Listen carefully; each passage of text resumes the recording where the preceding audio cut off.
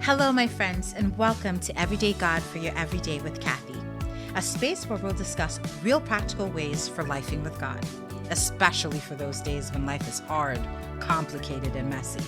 How do we apply biblical principles such as God's love, mercy, grace, and wisdom to our daily grind?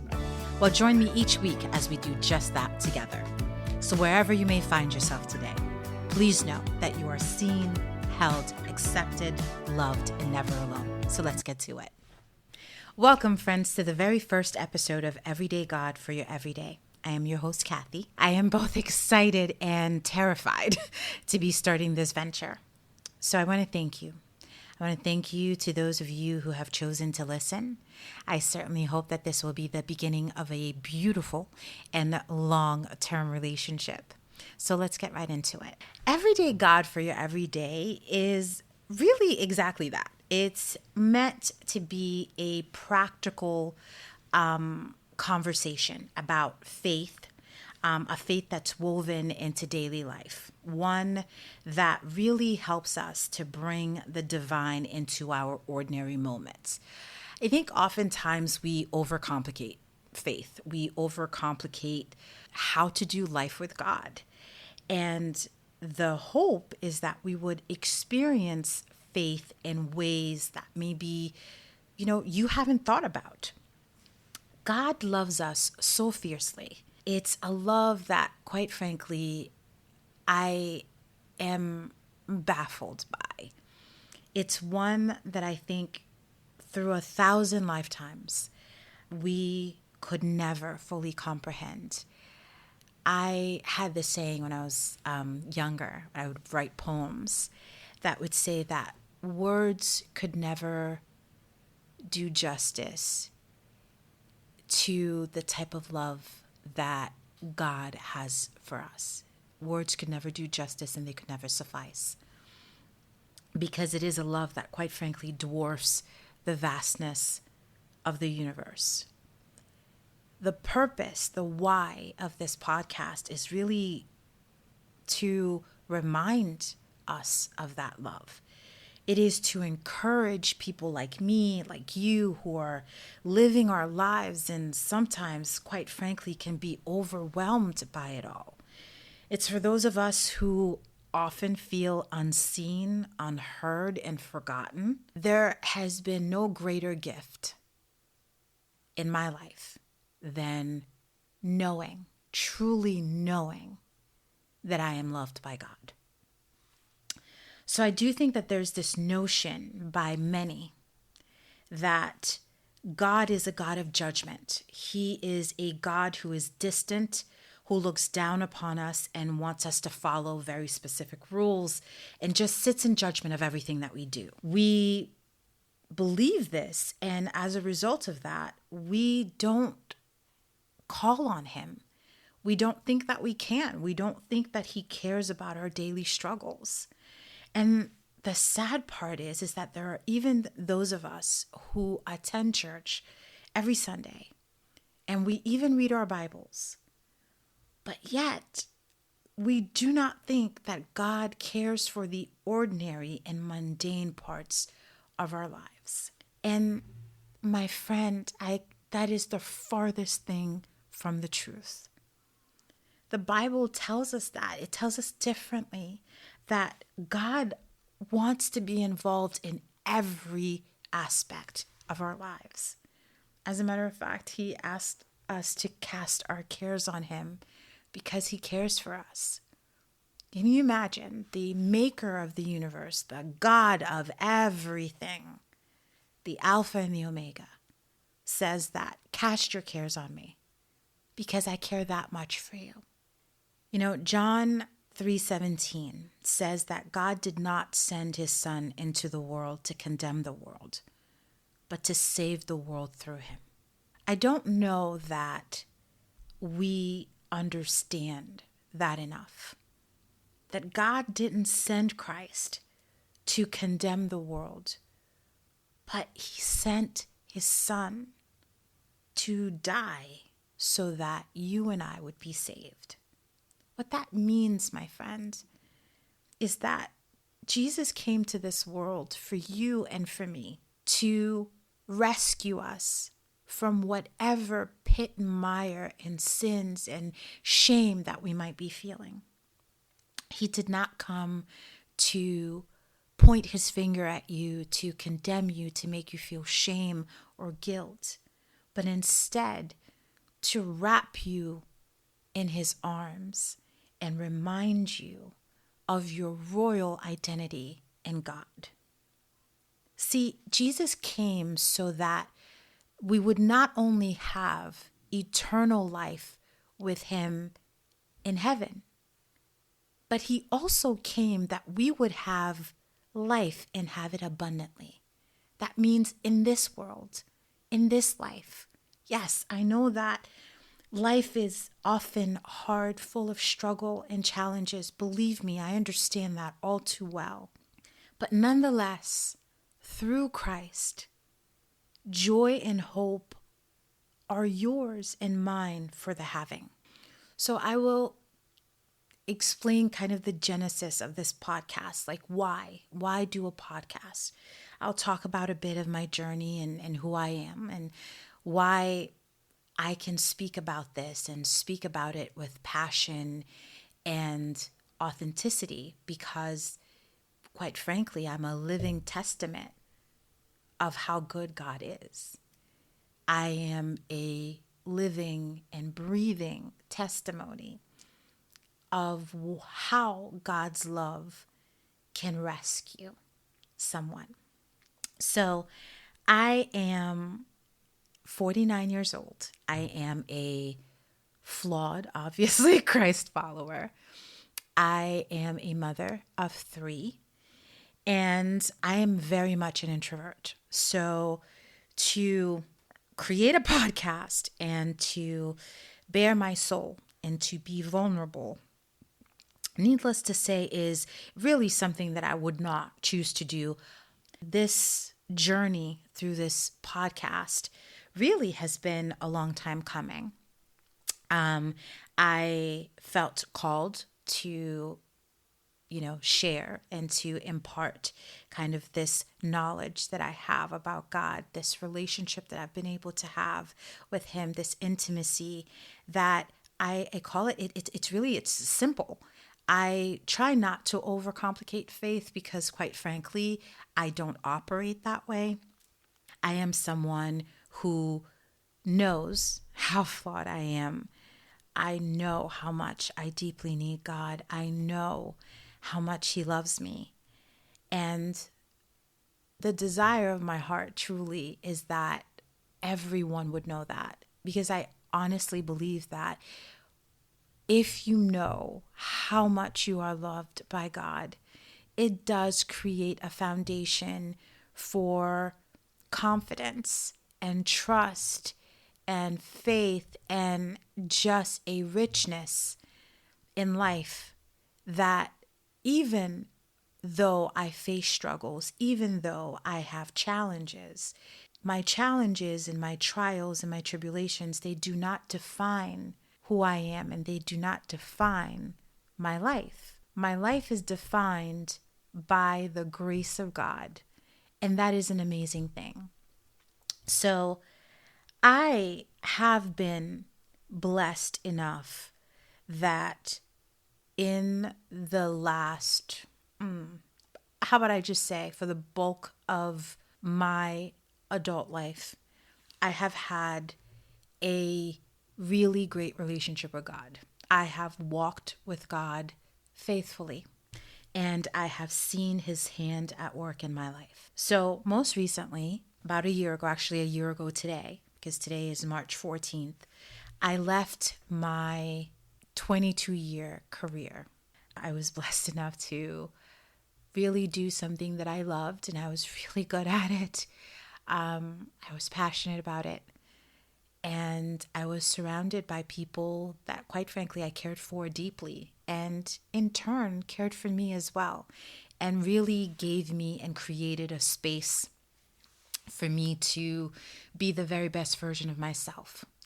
I was, I know that in those 22 years, I didn't take it for granted that I was honestly uniquely blessed. That I said it many times that I've lived a charmed life. My 22 years was not without, obviously, its own challenges and issues and, obstacles in corporate America.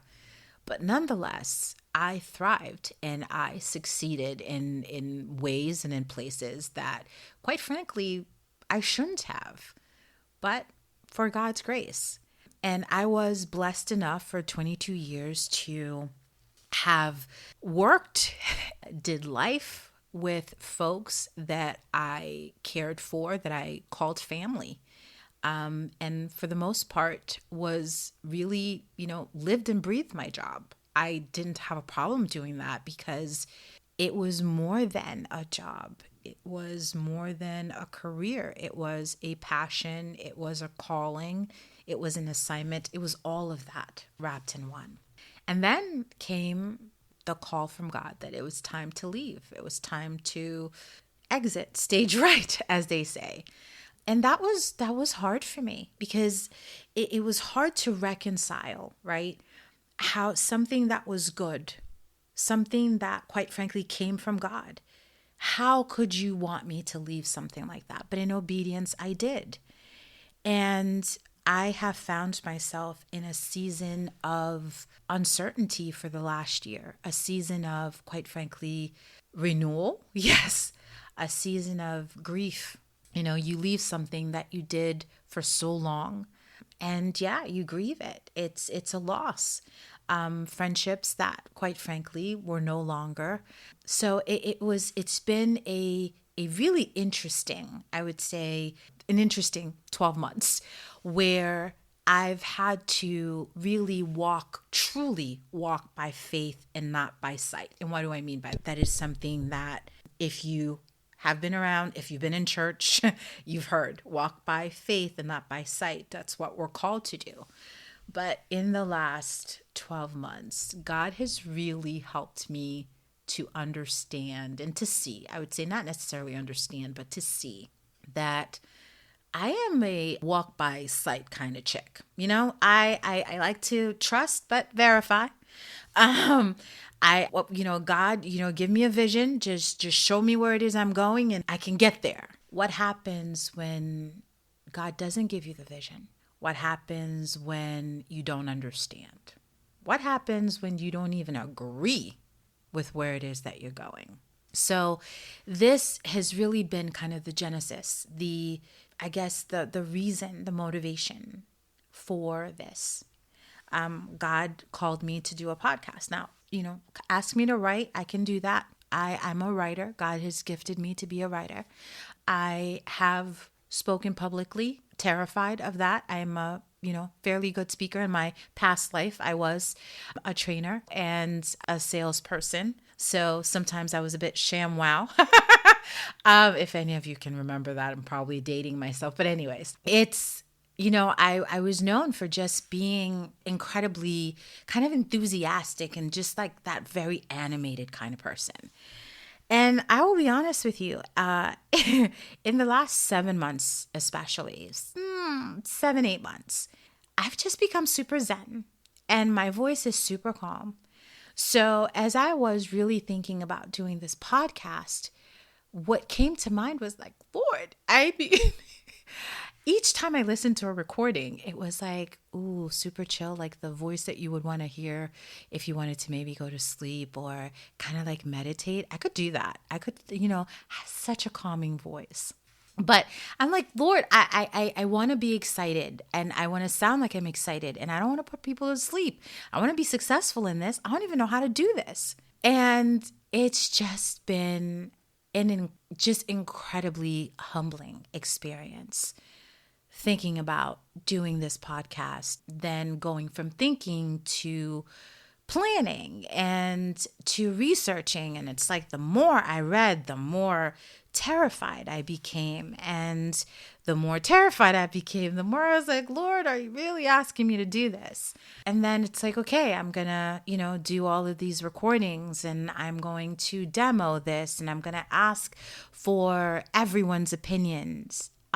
Because quite frankly, I was unsure of myself. This is new territory. This is a medium that I am unfamiliar with and, quite frankly, not too keen on. So here I am in obedience, putting myself out there. And I think that that's really the thing that, as I started really thinking about it, what is my unique perspective, right? In sales, you'll say, what's the value proposition? In, fashion, they'll talk about your POV, like your point of view. It's something that is unique to you, right? Because there are so many podcasts out there. So many. Oh my gosh, so many. And I started thinking, I'm going to, digress here. I started thinking about it. I'm like, oh my God, this is kind of like restaurants. There are a lot of them that fail. There are a lot of them that are just simply no longer around. And I'm not going to lie to you, I don't like to fail. I don't like to fail at anything. So that, weighed quite heavily on me. And so I really thought about all of this. And as I was doing it, I thought, maybe that is it. Maybe that is my value proposition. Maybe that is the unique point of view that I have. Maybe that's the thing, that's the perspective that will make this voice unique to you. We're doing this together. I do not claim to be an expert. I am not. I'm certainly not an expert at podcasting. I am not a master at faith. I I am on that faith journey with you, with y'all. I am just someone who has learned to walk with God. I said recently to someone that in this season, especially in this past 12 months, I have learned to have a defiant faith, a stubborn one. What do I mean by that? One that is saying, regardless of how frightening this might be, regardless of how uncertain things are, regardless of how much I am screaming from the inside that I don't want to do this, that I am ill-equipped to do this, Lord, that I will do it nonetheless. That regardless of what life is saying, no matter what the news is saying, no matter what my own inner critic might be saying, that I am going to trust God, that I am going to walk by faith and not by sight, because quite frankly, I can't see nothing. I don't see anything. So I have my faith and my trust in God. So guys, this is what we're going to do this together. We are going to explore everything from the mundane to the complexities and struggles of our life. We'll discuss how to parent with God. I have this saying, co-parenting with God. Probably the best thing to ever happen to not only me, but to my kids. I'll tell you about that later. That'll be a different episode. The concept is that we should parent with God the way that we would parent with our spouses, with our partners. I bring God into my parenting. I discuss my decisions with God. There are times I will tell you that I have done and said things that I shouldn't have said. And God has told me, he's like, listen, just be quiet, Kathy. It's not the time. And I've been foolish and I've just gone ahead, and done it. And now I would say, especially in the last 2 years, I would say 2 years, but definitely more so this last 12 months, because I'm not working. So therefore I believe that I have been very, very intentional and purposeful to listening to God's voice, to intently listening for his guidance and his counsel. And I've seen changes in my kids and even in the way that we relate to one another. We'll discuss and explore how to address fear. Woo! Okay, that's a personal one to me, and we're gonna discuss that one. As a matter of fact, that's in one of the episodes. That's probably gonna be the next episode.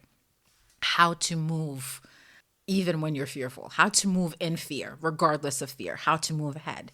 We'll explore loneliness, loss, new beginnings. Hey, look at where I'm at. Endings. I understand chapters closing very well. Grief, doubts, questions, uncertainties, all of it. We'll explore all of it together. My goal is that as I'm sharing with you, you will experience or hear my vulnerability, how God has worked in me, through me, and all around me.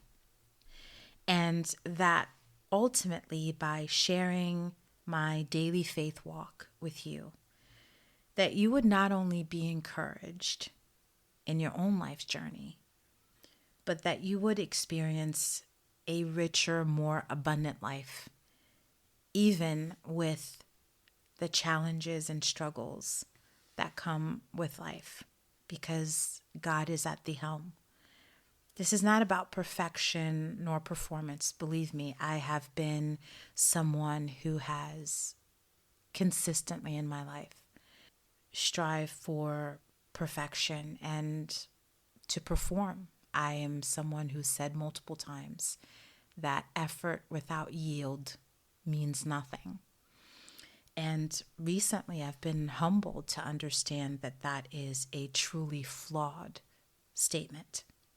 So it's really about having a practical dependence and intimacy with a God who loves us beyond measure. And then maybe some of you who may not know this Jesus would seek him, this God who chases after us, who longs for you, who longs to be reconciled. So I hope that you know that God longs to give you hope in a future. So through our sharing, that you too would know God as your everyday God in your everyday.